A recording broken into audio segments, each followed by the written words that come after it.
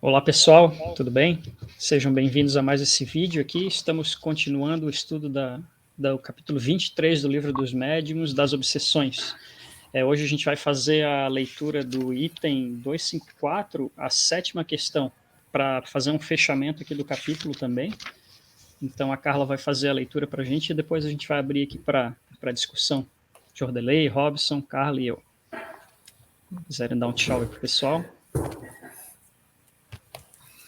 Então, a questão 7, que se deve pensar dos que, vendo um perigo qualquer no espiritismo, julgam que o meio de preveni-lo seria proibir as comunicações espíritas?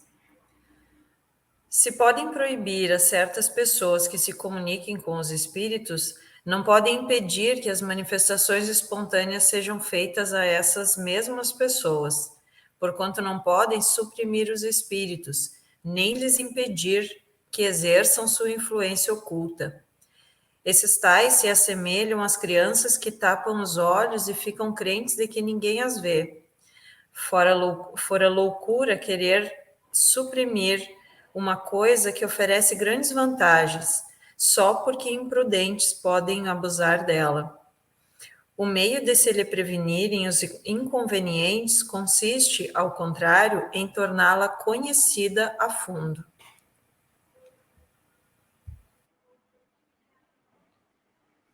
Eu acho que é no próprio Livro dos Espíritos que o Kardec dá um exemplo de que seria similar a querer proibir a eletricidade ou querer proibir o fogo. Então a eletricidade é perigosa.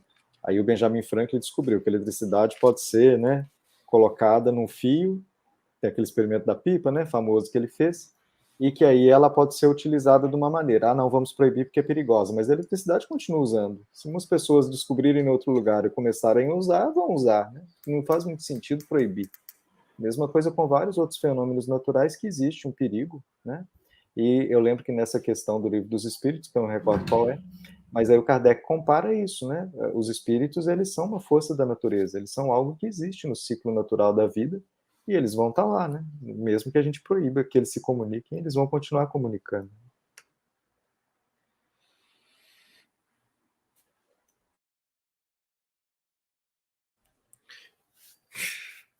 Interessante isso, porque essa compreensão ou essa falta de compreensão também se dá entre estudiosos do espiritismo. Existem lugares que não fazem trabalho de desobsessão para que naquele lugar não tenha obsessores, né? E é o mesmo que ter um pronto-socorro e não querer ter pacientes em emergência, né? Mas isso é um entendimento de cada um e tem que ser respeitado.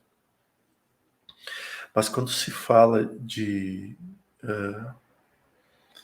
loucura, quando se fala de manifestações espirituais e tudo, eu lembro de uma ocasião, e isso é uma das coisas que nós também precisamos pensar, porque estamos falando muito da reforma moral, da reforma íntima, que em uma ocasião a gente abriu um trabalho de desobsessão, conversamos um monte com o espírito, um monte, e não havia jeito de conduzir aquele trabalho.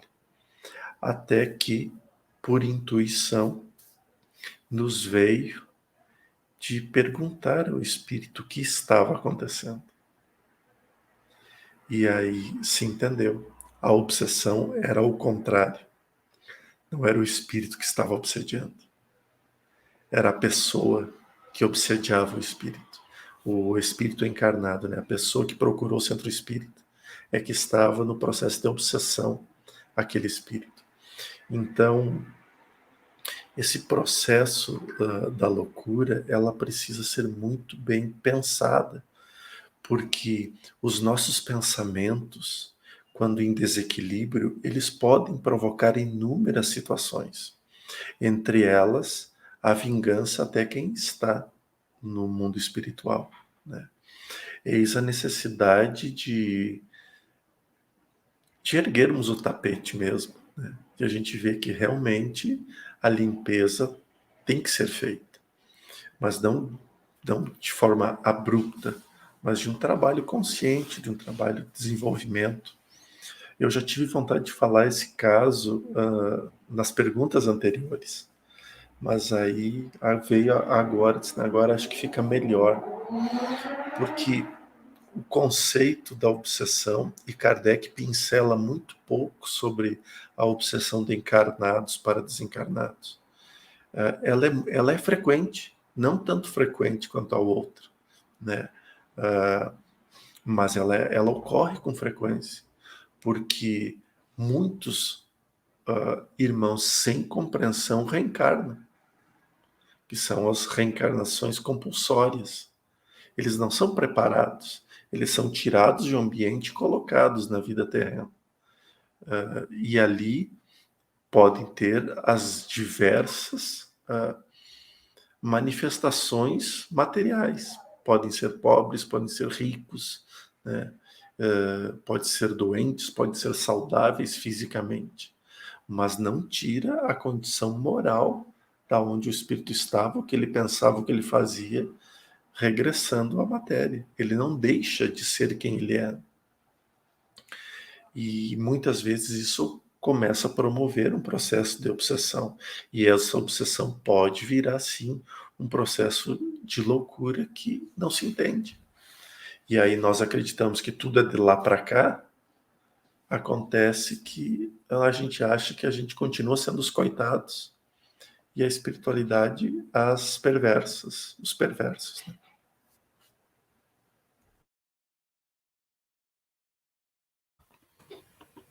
Essa tua história, Joseli, me lembrou de uma outra história que eu escutei de um irmão também que trabalha no outro centro espírita aqui em Florianópolis. E eles, numa sessão de desobsessão, eles perceberam que uma senhora que estava sob influência de uma falange mesmo, né? Estava muito precisando de auxílio. Daí eles fizeram algumas sessões e aí, ao final, os espíritos entenderam que tinham que deixar de praticar aquele ato e aí se encaminharam e tudo ficou bem. Mas aí depois de mais semanas os espíritos, né, o espírito que era comandante ali daquele grupo, ele se manifesta de novo e fala que agora era ela que estava fazendo a influência e puxando eles de volta para perto dela, sabe? Que é mais ou menos o que tu fala da obsessão de encarnado para desencarnado, né? Então, assim, para fazer um fechamento desse capítulo, assim, a gente perceber que existem essas influências, né, que Kardec deixa claro que além do mundo físico existem muito a se ver no plano espiritual, né, e influências de todas as matizes aí, das melhores até as piores vão acontecer, dependendo do nosso padrão mesmo de vibração, da nossa mente fortalecida, das nossas emoções fortalecidas. Então, é muito importante que nós que gostamos dessa temática e queremos aprender mais sobre esse tema, que fizéssemos essa leitura aprofundada desse capítulo aqui, que é muito interessante, né? Traz muitos conceitos e acho que durante esse estudo aqui foi citado os livros também do Divaldo sobre obsessão, o próprio livro do Hermínio de Miranda, né? Que também elucida bastante sobre os trabalhos de desobsessão em si. Então, vale muito a pena a gente se aprofundar nessa temática para poder entender. Às vezes a gente está sob uma influência e lendo esses textos aqui a gente vai acabar encontrando talvez uma resposta. Olha, talvez isso que eu estou passando aqui na minha vida seja alguma coisa que está acontecendo mesmo de fato, né? É lógico que a gente tem que ter o discernimento do que a gente comentou em vídeos anteriores sobre a questão de, bom, nem tudo também vai ser espiritual, né? Então a gente tem que ter essa ciência e saber filtrar também, né? E a gente só vai conseguir isso se instruindo, né? Lendo e talvez até se integrando a algum grupo que faça esse processo também, sabe? Mas depende também da gente querer, da nossa vontade, né? Mas fica aí a sugestão para o estudo de todos nós, né? E é uma temática muito interessante. Uma coisa que, então, né, só dando uma sequência, já que foi recordado isso, né, do encarnado para o desencarnado, Jordali já comentou isso outras vezes, e a gente também já fez estudo, né, quando é de encarnado para encarnado, né? Uma pessoa que está numa relação tóxica, ou alguém que está obcecado com uma outra pessoa e fica perseguindo essa pessoa e fica tentando dobrar a vontade dela, ou ameaça agredir, né? Ou goécia, né, de utilizar objetos ou energias até espirituais para poder dobrar o livre-arbítrio do outro, né? Então isso tudo, às vezes, é do plano aqui mesmo, né? Nós com nós mesmo aqui que fazemos a meleca, né? Não precisa nem do outro plano para fazer as besteiras. Então, e a gente às vezes esquece isso, né? E às vezes esquece também do nosso papel fazendo isso, muitas vezes sem querer, mas fazendo. E ter a consciência de que a obsessão só chega quando ela encontra a porta aberta, né? Então, se eu não... aquilo que vai se ligar a mim vai se ligar porque tem uma conexão. Então, o que eu tenho feito, como eu tenho agido, o que eu tenho pensado, o que eu tenho sentido, para que possam se aproximar de mim forças semelhantes, ou que vão se fazer valer daquilo que eu estou liberando de graça, que eu estou deixando emanar. E quando o Jordelei comentou sobre a questão de obsediar o espírito, às vezes, na nossa dor, na dor que a gente sente pela perda de um ente querido e fica preocupado em demasia, será que ele está bem? Ele está sofrendo? Às vezes o espírito ele está em tratamento, ele está na fase de tratamento, de retorno para o mundo espiritual, e a gente não deixa que ele descanse, ele não deixa que ele siga o fluxo, porque ele precisa se recuperar também. E a nossa preocupação em demasia, mesmo sendo por amor, por saudade, por preocupação, mas é uma obsessão, é manter laços com ele que precisam ser quebrados, não, mas que naquele momento eles têm que ter um desligamento também. Por mais que doa, por mais que soframos pela perda, pelo o afastamento temporário, quem sabe, é necessário esse desligamento para que ambos possam seguir o seu caminho, em paz, principalmente.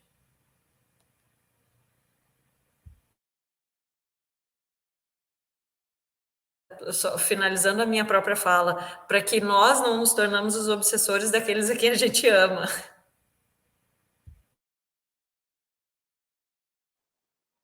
Eu acho que faltou, então, né, dessas nomenclaturas, só falar da auto-obsessão, né? Que é uma coisa que às vezes é comentado, e para mim é um conceito às vezes um pouco difícil de entender, mas em termos até de doença mental, né, quando a mente se divide em duas e uma parte começa a lutar contra a outra, ou uma quer subjugar a outra, né, eu entendo como uma coisa assim, não sei se é bem assim que é o conceito em termos espirituais.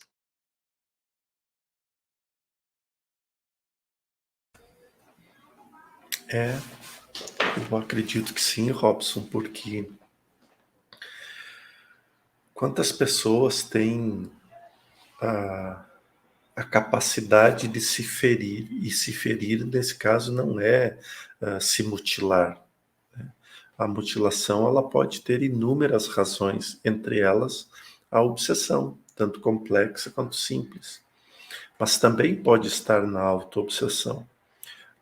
Mas quando a pessoa, por exemplo, ela é muito vaidosa e ela acaba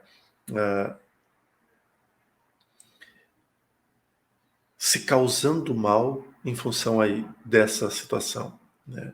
É um processo de auto-obsessão. E é tão comum que muitas vezes a gente nem percebe que está se fazendo mal. Quando a gente aceita uma relação tóxica, né?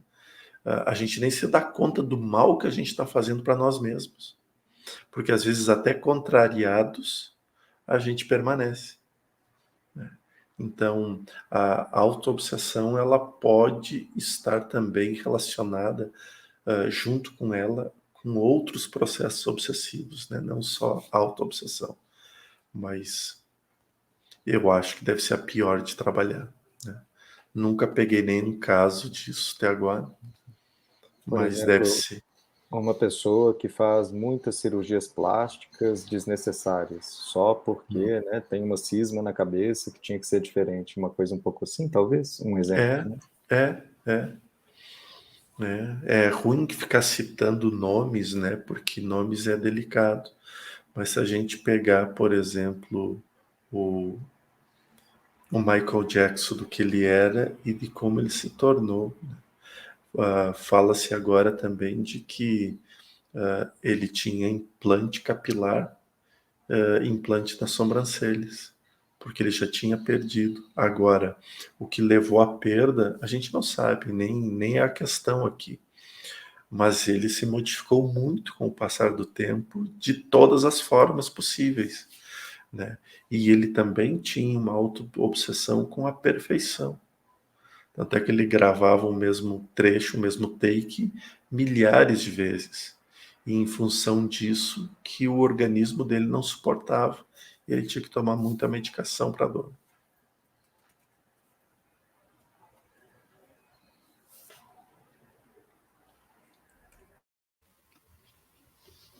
Cara, como são delicados esses processos, então, né? Vocês falando da autoobsessão, assim, eu me veio muito na mente a questão da autossabotagem, né? De que nós, ainda em determinados pontos da nossa vida, até esse momento que a gente está agora, a gente se auto-sabotou em algumas questões, né? Profissionais, da vida mesmo, pessoal, né? E a gente para analisar esses momentos, a gente vai ver assim, bom, pode ser que tenha havido uma influência externa, mas na maioria, não vou dizer maioria, que não quero trabalhar com percentuais aqui, né? Mas talvez boa parte delas sejam realmente auto-obsessões, né? A nossa mente mesmo nos sabotando e nos dizendo, não, tu não vai conseguir fazer isso, tu não vai conseguir alcançar tal coisa, esse objetivo que tu quer, tu não vai conseguir, sabe? Então, é uma mudança daquilo que eu comentei, não sei se nesse vídeo ou no outro, que era da questão da postura mental mesmo, né? De tu se impor em relação a esse sentimento, esse pensamento que vai te colocar num patamar mais inferior, né? Bom, por que que o outro lá conseguiu talvez passar num concurso público? Ele é da mesma área que eu. E ele conseguiu, pô, por que que eu não consigo? Será que eu não tenho a capacidade ou a força para conseguir também, né?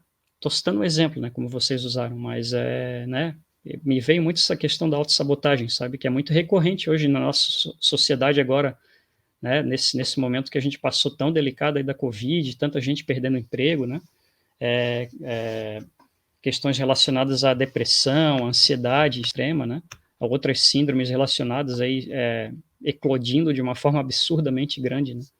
Então, porque as pessoas acabam não se aceitando do jeito que são, e aí buscando essas alternativas se frustram, né? Com o que não conseguem alcançar. E lhes falta talvez a força, não sei. Mas o fato é que a gente tem que tentar sempre modificar essa nossa postura do negativismo, né? Elevando mais os nossos pensamentos, como a gente sempre fala, né? Acho que talvez seja mais complicado mesmo de resolver, Jordão. Não. E considerando que somos seres com múltiplas existências, como não acreditar na possibilidade das nossas personalidades estarem nos influenciando, né? Personalidades de outras existências. Então, esses conflitos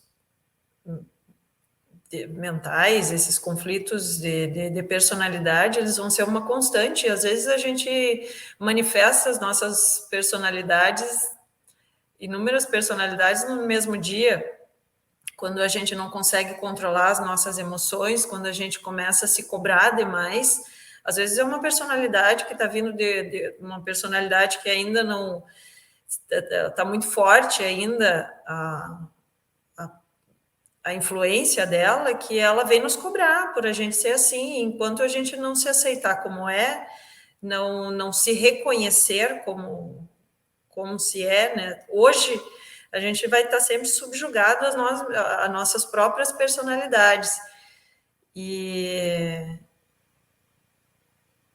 aí reforçando o processo do autoconhecimento, o processo do parar e observar-se para poder, com certeza, tá se trabalhando nesse aspecto também e se reconhecendo. Já que entrou nisso, eu não posso deixar de citar, né? Hoje a gente estava fazendo Evangelho no Lar e apareceu esse assunto sobre assim, o significado do ato, né? Então, por exemplo, Fábio, você falou assim, a pessoa não se aceita, né? O não se aceita é um fato. Muitas vezes é um fato doloroso, mas o mais importante não é esse fato. O mais importante é assim, qual o movimento espiritual que esse fato causa no interior da pessoa, né? Será que ela não se aceita porque ela é tão vaidosa que ela acha que ela tem que ser perfeita? Será que ela não se aceita porque ela percebeu que cometeu um erro ou prejudicou alguém e quer resgatar? Será que ela não se aceita porque ela imagina que tem que corresponder à expectativa de alguém, sabe? Então tem muitos movimentos diferentes que podem estar acontecendo, alguns desses são adoecidos e alguns desses podem ser da pessoa estar se libertando daquilo, né? E essa questão dessa interpretação, então, é muito subjetiva e às vezes é tão sutil, né, tão fio da navalha, assim, de que lado que tá, que depende às vezes até do próprio julgamento da pessoa, dela mesma conseguir falar, olha, não, eu percebi agora que eu não aceitava tal erro que eu fazia, não é porque eu queria ser melhor, era porque eu era vaidoso e eu achava que eu tinha que ser perfeito, né? Ou ela falar assim, não, eu percebi que esse erro estava prejudicando pessoas, e isso estava me trazendo muita angústia de me sentir ferindo os outros, então eu precisei modificar, né? Então é muito sutil, né? Às vezes a mesma situação, a mesma mudança, sabe? Isso é o segredo do balé da coisa, né? Que não é só a coisa, um pouco por aí. Vamos fechar então? Então é isso, gente. Nesse vídeo aqui finalizamos então o nosso estudo das obsessões do capítulo 23 do Livro dos Médiuns. Espero que tenham gostado. Vocês podem ir na playlist desse estudo e reverem quantas vezes quiserem. E se gostaram aí do conteúdo, se quiserem dar uma força aí para o portal também, deixem o seu like. A gente tem aqui também a seção de membros, então se quiserem também auxiliar de uma forma mais próxima também, se tornem membros do canal aí que vão fortalecer muito essa egrégora de luz aqui que a gente está construindo juntos, né? Frisando isso que é muito importante. Então, muita paz e muita luz para todos vocês e até a próxima. Fiquem com Deus.